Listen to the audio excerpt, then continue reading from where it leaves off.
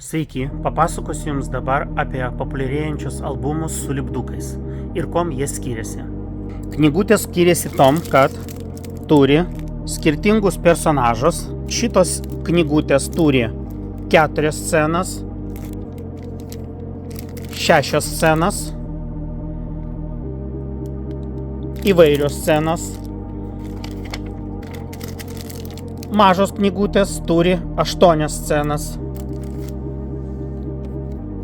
Puikios kokybės lipdukai, ploni, puikiai klijuojasi vienas lipdukas ant kito, todėl kad pirmiau mums reikia išklijuoti pirmą aukštą, dešinės pusės lipdukai klijuojasi iš dešinės pusės, po to klijuojam antrą aukštą, ant antro aukšto vėl atsigula kažkokie lipdukai ir po to visą tai užpildom daikčiukais.